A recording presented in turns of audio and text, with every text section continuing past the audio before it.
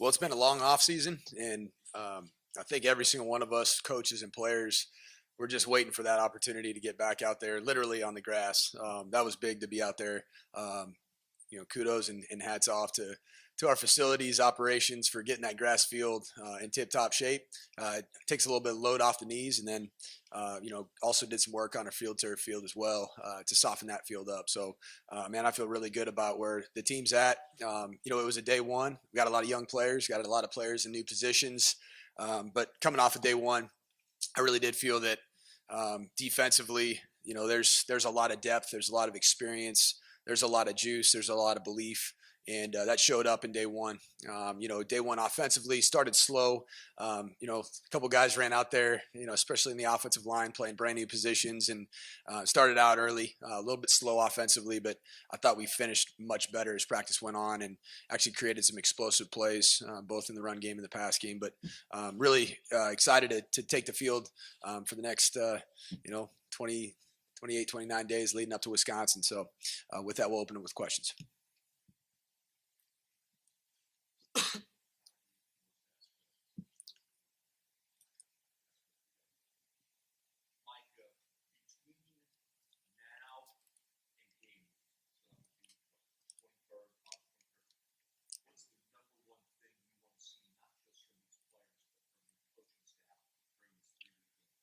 I want to see a unified football team, offense, defense, and special teams, all unified within those units, coaches, players, and who's playing together. But also the bigger one is the whole team unified in one front, and that's a big theme for us. We're gonna have the successes or the lack of success based on how tightly knit we are, and that's the number one objective: is how tightly knit we're going to be when we get on that plane headed to Madison, Wisconsin. Secondarily, we gotta identify who our starters are going to be and who the five up front are going to be offensive line wise. We've got to identify who our playmakers are on offense. And then we had a wealth of talent between linebacker and defensive end and defensive line.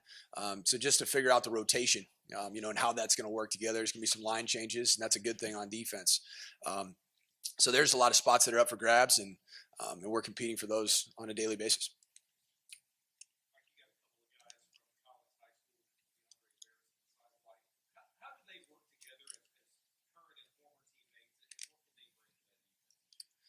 Yeah, Masai and Dre Ferris are two of the guys that just bring that leadership, that experience, that character that we're looking for and that we need for us to achieve our goals. And those two guys had an opportunity to ride up with them to Louisville and spend time with them in a car and just talk to them about what their experience has been like here on the Hill, where our team's at and where it needs to go. And both of their insights was awesome, for me, and just their openness to share, about everything they've gone through. And they're great football players. Dre Ferris looked awesome out there today. First time he's practiced, since the Cure Bowl. Got surgery right after the season.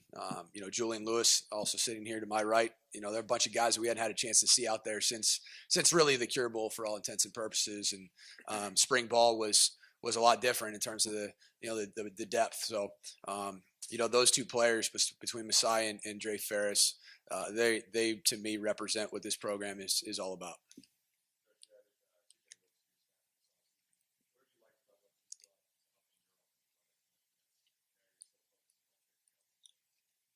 Yeah, Coach Woods he's a valuable piece of what we're doing. Revamping our schemes, in the run game and protection game.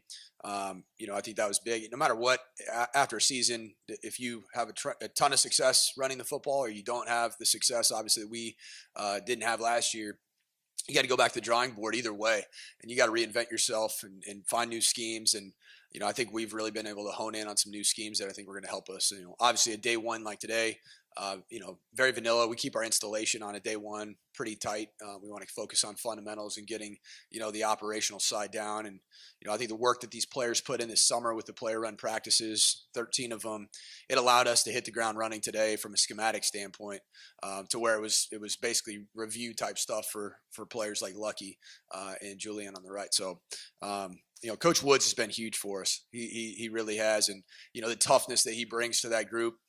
We got a group now that wants to come off the ball together. They want to come off the ball and they want to move reestablish the offensive line. And that's been big.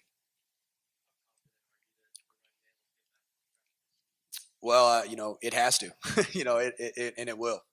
That's our job as coaches, and we're going to be committed to it, but we're not going to pound our head against the wall and just hand the ball off and ask for a rugby scrum every play. I mean, we got to find creative ways to get yards in the run game and more importantly, create explosives. If you looked at our positive run plays last year, if you take the sacks out, which is obviously a big chunk of yardage from last season, but if you take the sacks out, a lot of the plays that we got were 4-6 yards. We need our backs, and we need to identify the backs that are going to turn those 4-yard blocked runs into explosive runs. And that's what camp's going to be, is to identify who those guys are.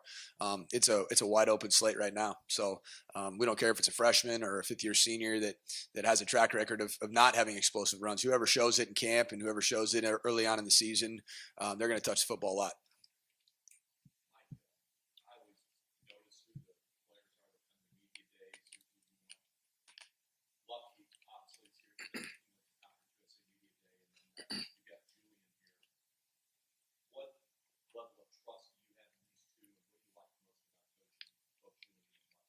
Well, first off, they're great players. Julian's a great player.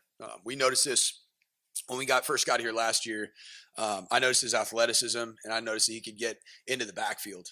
Julian's a player that finds his residency in the backfield, and that's where he wants to be, and make those plays in the backfield. And that's where we expect him to be more this year than he's ever been. This is a career year for him. This is it. And Julian's done everything that you ask a Hilltopper to do. Get a degree, win championships, master's degree, working towards every bit that he can squeeze out of his opportunity here at Western Kentucky. And now it's an opportunity for him to put his best season on tape and see where the game of football will take him. He's got the body type for it, and I think he's got the ability to do that. Now it's just about putting it together on a consistent basis for 14 weeks, and that's what we got to get done. Lucky, the growth that we've all seen as Lucky as a player, the consistency of him as a player, in every aspect of him as a human being, he's a leader. He's the player when we need that spark offensively, when we need somebody to galvanize the offensive unit. Lucky's got to be that guy for us. And either way, you're going to break in a first-time starter at quarterback, which a lot of teams across America are doing that. Lucky can be, a little bit that emotional leader while, the quarterback's focusing on the most important thing, and that's directing the offense, commanding the offense. And Lucky can be that emotional, spiritual leader, if you will, for this offense.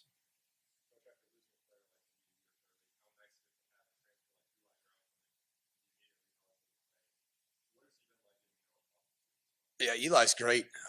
He's fit right into our locker room culture. I think he's really enjoying the culture that's in place. And one thing I've noticed, from day one since he stepped foot on campus, just watching workouts and before, we were doing some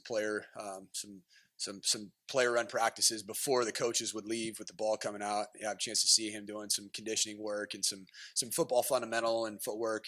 He runs well. He runs really well, and that's an area of the defense. We want our linebackers to be able to run sideline to sideline. Iggy was as good as they came. That's why he is playing in the NFL. It's because he put on tape that he can play, across from numbers to numbers, across the field, sideline to sideline, and that's what Eli has the ability to do.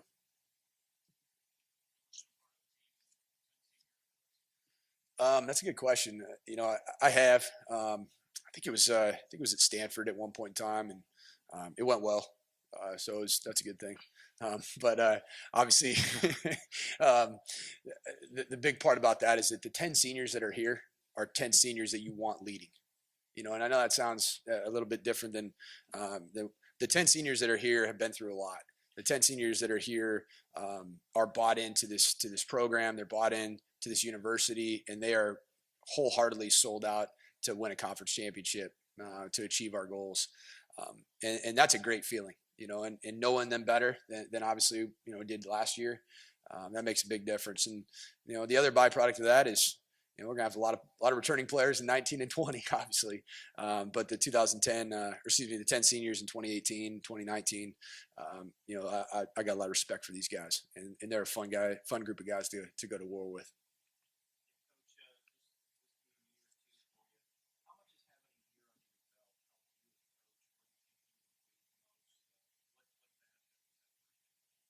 I think just knowing the roster, knowing the culture that existed before, and the culture we wanted to instill going forward, drawing on some of the great stuff that had been obviously been achieved and been accomplished here, and why was that? Well, you don't really know that until you have a chance to be around the players and around the culture of the locker room, and so you want to pull and extrapolate from that first year, and then pepper it into what we're doing going forward, and find the good things, and then obviously fix the areas that we need to fix going forward to make this the most sustainable program that we can to win conference championships, to win a New Year's Six bowl game.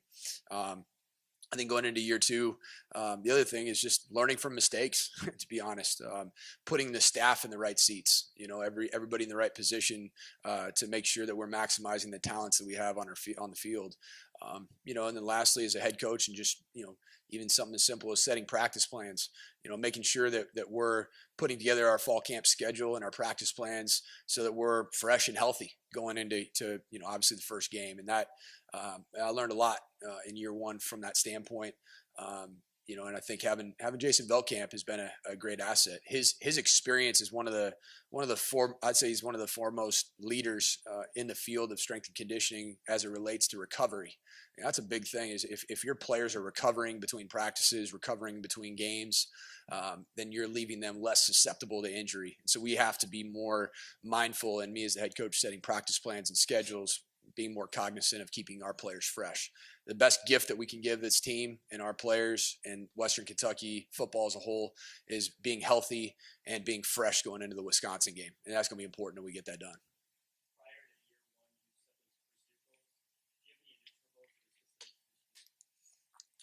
Yeah, I think the theme for this year is it's all about us. It's about we, and developing that cohesiveness to the fact that no matter what happens, the good times, the bad times, the unbelievably good times, that we stay tight. And we put our own ambitions aside for the greater good of the overall organization.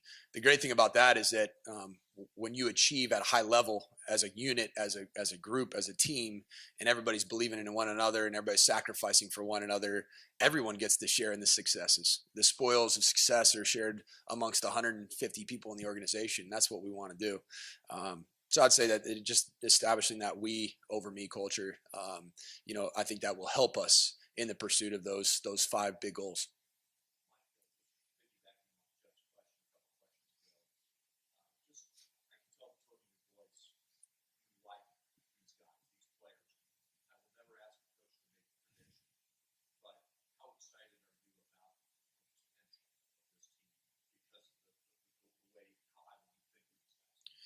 I'm really excited.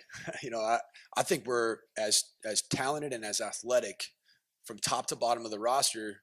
As I've been around at the Group of 5 level, and quite frankly, there's been some times where the top of the roster even at Power 5 level, of course, you're going to have your size, your length, but I like the overall athleticism. And it's a dead sprint for us as a coaching staff and as leaders of this team, the seniors, the upperclassmen like Lucky and Julian. It's a dead sprint to get all these athletic players ready and in a cohesive manner to go out and attack this season, because we are athletic. We have a lot of athletic pieces, and how fast we can get them ready to play and cut it loose, that's going to be what's going to have a lot to do with our success.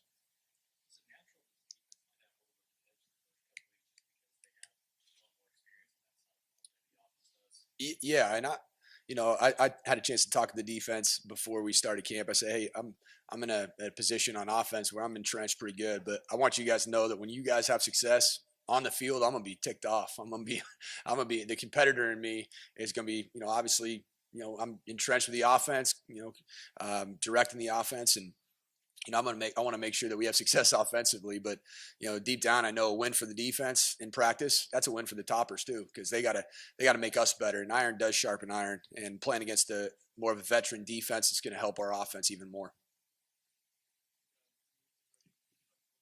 Yeah, I mean it's practice one. We got about 24 more of these to get him fully ready. But the work he put in this summer and where he's at today, he started slow today. We can't have that in a game. We'll find ourselves, obviously digging ourselves out of a foxhole, and we can't do that. But he bounced back really well, and that's the resiliency that you want to see out of a senior quarterback, and you saw that today. And he ended up making some outstanding plays and completed some balls down the field that were touchdowns. Yeah, he ran 13 player run practices. That's a pretty big homework assignment. 105 guys, having them all go in the same direction. So, I think that was big. And then the other homework we gave him is that he ran the quarterback meetings. When the coaches, we were there on Tuesdays we were allotted 2 hours a week. We were there on Tuesdays, and then on Thursdays that was player run meetings as well. And that's we put that squarely on Drew to run those meetings. Very confident. We've put in a lot of work this summer, like Coach said. I mean, and the only thing that if we keep our chemistry and things like that, we can only get better. We still got all camp to go, so I mean, it's only up from here.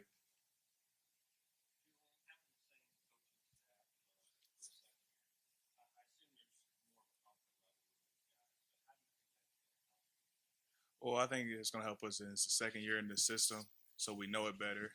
Players are more experienced. They're able to teach players, different things to make sure everybody knows what they're supposed to be doing. There's more confidence in it because we've all learned it better. And, it takes time. You can't, first year in a new system, it's different for everybody, but second year, that's when you start to see a lot of change, a lot of people show up, and all the experience come out.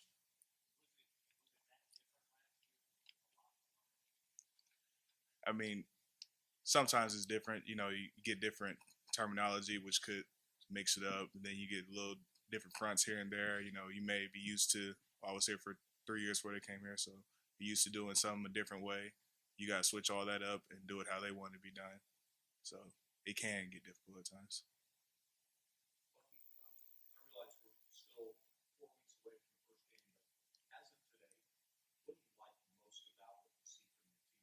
The competitiveness.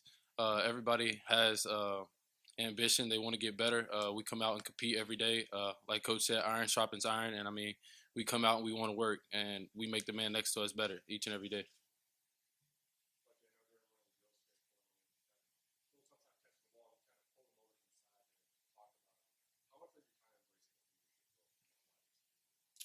A lot. I mean, I have to because there's guys that look up to me. I mean, they watch everything that I do, and I can pour into them all the knowledge that I know because I've been in their position before. I know that it can be tough being a freshman, just being a younger guy on the field, and that's for me to be that crutch when they're having a hard time out there.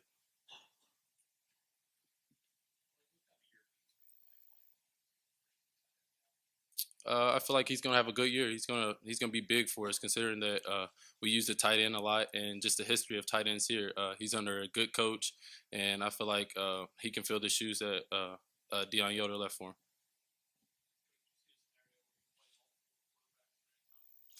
Absolutely. We're gonna get 3, 4 guys ready to play, and that's how I've always wanted to operate. I've really only gotten to one season, um, where I felt like there was really one quarterback ready to play, and that was in 2014 at Boise State, and that was Ryan Finley, who's probably going to be a first round draft pick after the season, transferred to NC State after we had left, but um, you know, Ryan Finley had just come off of a rotator cuff surgery, was nowhere near ready to play. The next guy up was a junior college transfer that was nowhere near ready to play. So that year it was one quarterback, it was Grant Hedrick was his name, and it was him or bust. And we got through 14 games and a New Year's Six win with him, which was incredible. And he ran the football 50 plus times in the season, and obviously he had a great season. So ideally, you want to have multiple quarterbacks ready, and I saw that really come to fruition the next season when I was at Notre Dame and seeing,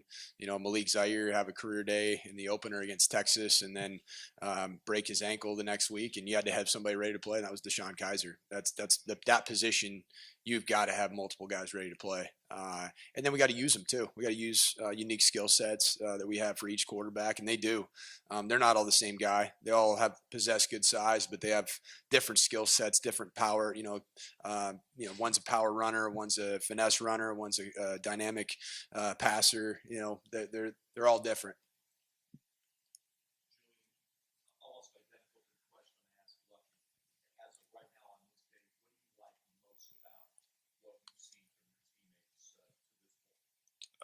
I'd say the physicality. Everybody goes out there every day. They want to compete. They want to get better. We all know there's 11 open spots, offense, defense, special team. Everybody wants to compete to get a starting position or be a backup. And they know nothing's solidified right now. So I really like the physicality and competitiveness of all the teammates.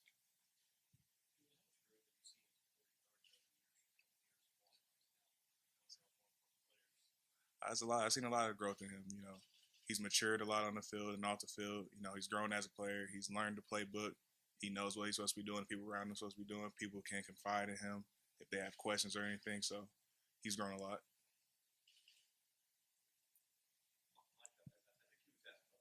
Yes. You've probably seen this. I've seen this a lot of times, not just with players, but anybody. When they taste success, they get complacent, for lack of a better. Coco just seems the opposite. Mm-hmm. He seems to thrive on it. And as good as I saw him when he started out, he seems to have really stepped up even more. Do you feel that he handles success really well? I do. And, obviously last year when we put Coco on scholarship, we felt like he deserved it, as a person, but as a football player. Coco is a baller. He loves the game. He plays the game the way it's supposed to be played. He's competitive. He'll wag his finger at you if you try to trick play on him and you don't get him. And I love that about him. He's the ultimate competitor. And, Coco set a standard alongside guys like Lucky that had great years last year, that there's absolutely zero complacency. It's go to work and get better. And then there's also guys that, they might have a limitations, a size limitation. And so you got to find something, you got to find an edge to get better. Because you're not going to get taller, right? You might not gain 25 pounds. You might not, shaved 0.3 of a second off your 40. We got a team full of guys that are trying to find their edge somewhere else, as a competitor, as a physical player, as a communicator, as somebody who plays with the chip on their shoulder with the swagger. And that's exactly what Coco's done. And he happens to also be an incredibly athletic player.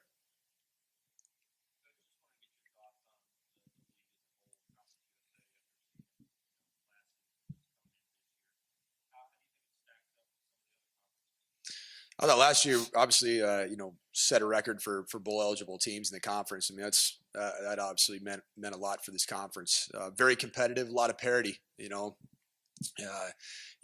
Having FAU here on our home field and being in the fourth quarter with a chance to go up by 2 scores, and then the tides turned at that point in time. There is a lot of parity. The conference is, I think it's really close. But what I do believe about it is it changes every single year. It's not a conference of the haves and the have-nots.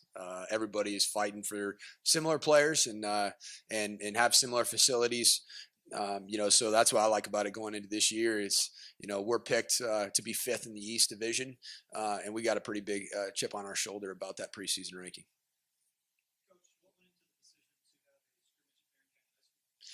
I have a relationship with Bo Matthews, the superintendent of Barron County Schools, and had a chance to get to know him, and he have a lot of respect for what they're doing. And he told me about the stadium a long time ago. I think it was my first 3 or 4 months here in town, and we've been talking about it, but he's championed the whole situation. All I asked was that the whole Barron County community, especially the Barron County School District, but even the local community comes out there and puts on a great barbecue for our players, or just have a great meal, because we're going to get out there. We're going to have some of our young guys scrimmage out there, and we're going to have a great time under the lights. And we're going to get in the yellow buses, the old cheese boxes, head up the road to Glasgow area, and it's going to be fun. I'm looking forward to it. And, those are the kind of things that you remember about camp. Just quirky little things like that. And I hope to have a whole bunch of Barron County residents there supporting us.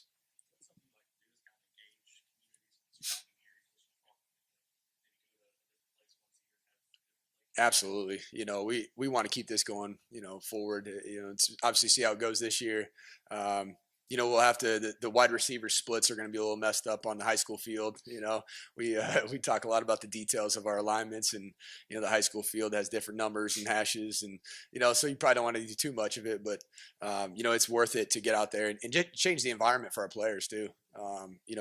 All of them remember those days of getting on a bus and going to play under the lights in high school. And, a lot of the freshmen they're going to be scrimmaging, they're going to have a chance to prove themselves under the lights. But what better environment to do than where they were just at, playing high school football, taking a yellow school bus and pulling up with the lights on at the stadium. So, that's something that we want to continue to do. And, if anybody's out there who wants to do it in 2019, we'll be fired up to do that.